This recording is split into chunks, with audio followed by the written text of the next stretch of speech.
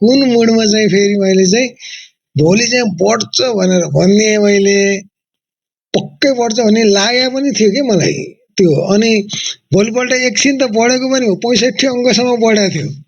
तर मैले कहाँनिर चाहिँ ओभरलुक गरेछु भने अब त्यो दिन यसरी बढ्छ अनि हामी बेच्छौँ भनेर बस्ने ठुलो लगानीकर्ताहरूको जुन चाल चाहिँ मेरो चाहिँ अलि ओभरलुक भएछ।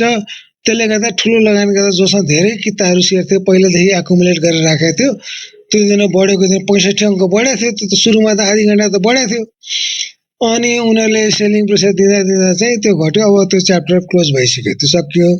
जेनरली चाहिँ अब नेप्से कति बढ्छ कति घट्छ भन्ने हामी कसैलाई पनि थाहा हुँदैन। त्यो भएर त्यो प्रेडिक्सन गर्नु चाहिँ एकदम गलत चिज हो। त्यो यति बढ्छ यति घट्छ भन्नु चाहिँ एटलिस्ट मैले पनि मान्दिनँ होइन।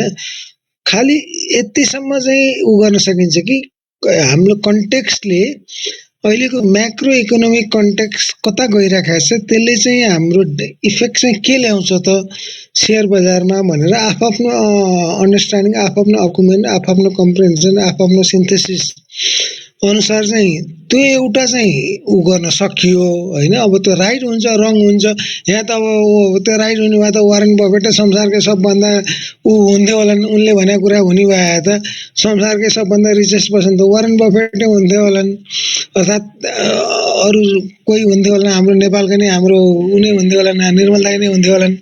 अब उनले भने पनि उनी पनि फेल खान्छन् कति ठाउँमा सबैजनाहरू। त्यो भएर नेप्से यति बढ्छ यति घट्छ भन्ने कसैलाई पनि थाहा हुँदैन। त्यसमा चाहिँ I fully agree with Krishnaji होइन, I fully agree with Krishnaji. अनि अर्को अब हामीले यसमा उ गर्दा चाहिँ कसरी हाम्रो डिस्कसन आफ्नो फ्री एन्ड फ्रेङ्क ओपिनियन्सहरू राख्ने हो होइन। That does not necessarily mean to be right 100% right or 100% right. त्यो राइट र रङ हुन्छ भने त हामीलाई थाहा हुँदैन, तर it should be evidence based. Evidence चाहिँ हुनुपर्छ है, आफूले बोल्ने कुरामा एभिडेन्स चाहिँ हुनुपर्छ। एभिडेन्स नभइन्जेलसम्म त्यो त म कृष्णजीलाई अझै कृष्णजी मिडियाकै मान्छे भएर तपाईँ मार्फतै म हाम्रो यो अनलाइन मिडियाहरूलाई म के भन्छु भने अब एउटै न्युजलाई अनलाइन मिडियाले 4 थरी तरिकाले लेखिदिन्छ कि। अनि अब हामीले कुन पत्ता हुने, एउटा हामी एज ए सिम्पल सिटिजनले कुन चाहिँ न्युज पत्याउने त। अब एउटै न्युज एउटै चिज 4 तरिकाले लेखिन्छ। कसैले भन्छ यसले यस्तो यस्तो भयो, कसैले यो भन्छ। अब ब्याङ्क तरलताकै कुरामा 4 थरी कुराहरू आइरहेका छन् यसमा आजकै दिनमा, अहिलेको दिनमा।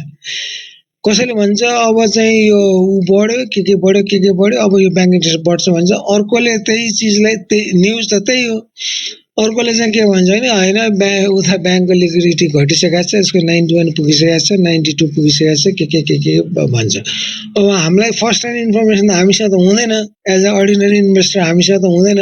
हामीले त जे आयो अनलाइनमा, जे आयो मेन स्ट्रिममा, न्युज मिडियामा जे आयो त्यो नै त्यसैलाई नै एसेस गर्ने हो। र कहिले कहिले अब आफ्नो ठाउँ पर्यो, आफ्नो चिनजानेको मान्छे पर्यो भने त्यसलाई भेरिफाईसम्म गर्ने, त्यो भिन्दै कुरा भयो। त्यो चाहिँ एकदम लिमिटेड 1-2 जनाको त्यो द्याट इज एक्सेप्सनल केसहरूको त्यसलाई भेरिफाई गर्ने भनेको। अनि अर्को अब थर्ड त्यो भएर हाम्रो अनलाइन मिडियाहरू पनि अलिक मेन स्ट्रिम यो छापा मिडिया त अहिलेसम्म मैले लगभग उनीहरूले जस्तै कान्तिपुर यिनीहरू जो समाचार पत्र, नयाँ पत्रिका यस्तोहरू चाहिँ अब तिनीहरूले चाहिँ मोरलेस रेस्पोन्सिबली नै लेखेको मैले कतै न कतै हवाला दिएर लेख्नु पर्यो क्या न्युज लेख्दा। अब न्युज के भन्दै अब हवाला नदिकन आफ्नै पत्रकारको अब ओपिनियन भ्युज राखेर त त्यसलाई त मैले त I don't take it as a news हो। कोही हवाला सहित भयो भने चाहिँ हो यो चाहिँ हो कि त भन्नेसम्म हामीले विश्वास गर्ने कुरा भयो। अब त्यो चाहिँ मैले कृष्णजी नि अब मिडियामै भएको हुनाले त्यही मार्फत हाम्रो सबै मिडियालाई तपाईँलाई नै अब तपाईँहरूको त मिटिङ सिटिङ हुन्छ नि त, यसो एजिएम हुन्छ, हामीले चाहिँ अलिक रेस्पोन्सिबल हुनु पर्यो भनेर चाहिँ पुर्याइदिनु होला तपाईँहरूको कम्युनिटीमा। अर्को अब थर्डमा चाहिँ अब हामीले नेप्सेमा जुन हामीले कुरा गऱ्यौँ, अब बढ्यो भनेर हौसिनु पनि परेको छैन, घट्यो भनेर उ गर्नु पनि परेको छैन।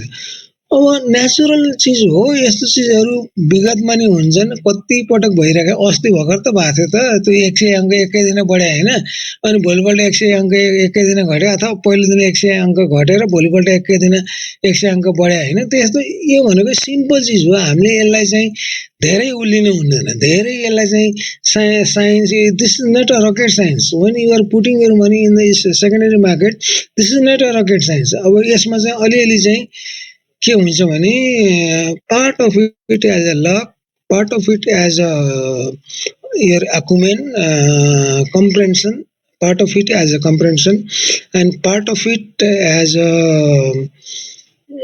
के भनौँ मैले यसलाई चाहिँ हाम्रो कम्पनीको उहरूमा नि भर पर्छ कम्पनीको अपकमिङ न्युजहरू के छ त अब अपकमिङ न्युज भोलि आएपछि त सबैले त्यसैमा हालिहाल्छन् पैसा जस्तो अपीको आजको केस मैले इक्जाम्पल दिएँ हाम्रो किसनजीले भन्नुभयो अपीको आज दिनभरि त त्यत्रो हाई कारोबार भएको थियो मैले सो हेरिराखेको थिएँ किन यो हाई कारोबार भइरहेको छ यसरी किन यो बढिरहेको छ भने अपीको मलाई थाहा थिएन अब मैले त्यति कन्सर्न गर्ने कुरा नि थिएन अनि किन यो हाई कारोबार भइरहेको छ अपीको त त्यस्तो स्ट्रङ फन्डामेन्टल्स त छैन पोहोर भएको त्यत्रो राइट दिएको त्यसपछि बोनस पनि दिएछ त्यस्तो यस्तो छैन किन यो भइरहेको छ भने अब्जर्भ गरिराखेको थिएँ गयो अन्त कारोबार सक्यो अनि 5 बजे त फेरि आयो त अपीको यो चाहिँ राइट सेयर अप्रुभ भयो भनेर अब यसमा चाहिँ अब कतै न कतै कुनै न कुनै लेभलमा त्यो उहरू अब धेरै जसमा धेरै किताहरू सेयर हुन्छ उनीहरूको त लिङ्कहरू नि हुन्छ उनीहरूले यसो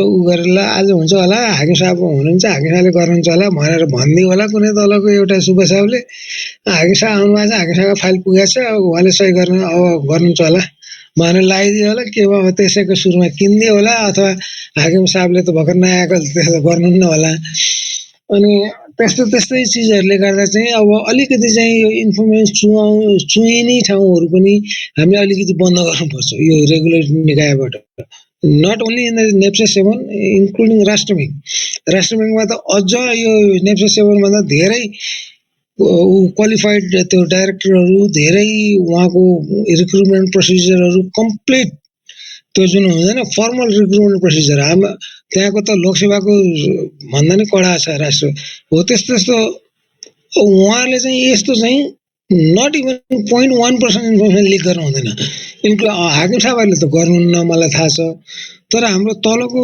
हिसाब साहब यो शुभ साहबहरूले खदा साहबहरूले त्यस्तो पनि गर्नु हुँदैन त्यो दिस भेरी रङ प्र्याक्टिस त्यसले गर्दा के हुन्छ भने अलि धेरै चिज यहाँ धेरैजनाको उसमा फरक पर्छ यति भने उषाजी अरू कोही नयाँ साथी जोडिनु भएको छैन मैले त फिलिङ द ब्ल्याङ्क्स गर्दै हो हजुर